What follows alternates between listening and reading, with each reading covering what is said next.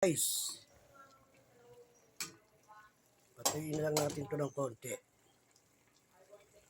Ang ating pakso na galunggong. Yan, napakasarap nito. Napakasarap na tanghalian nito, guys. Matutuwa na naman ang aking mahal kong commander.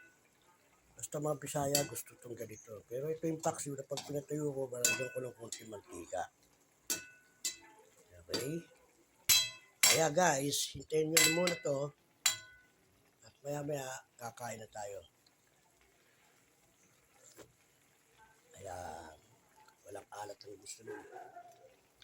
Dahil may bagong naman ako mamaya para pangpaalat habang kumakain. Okay?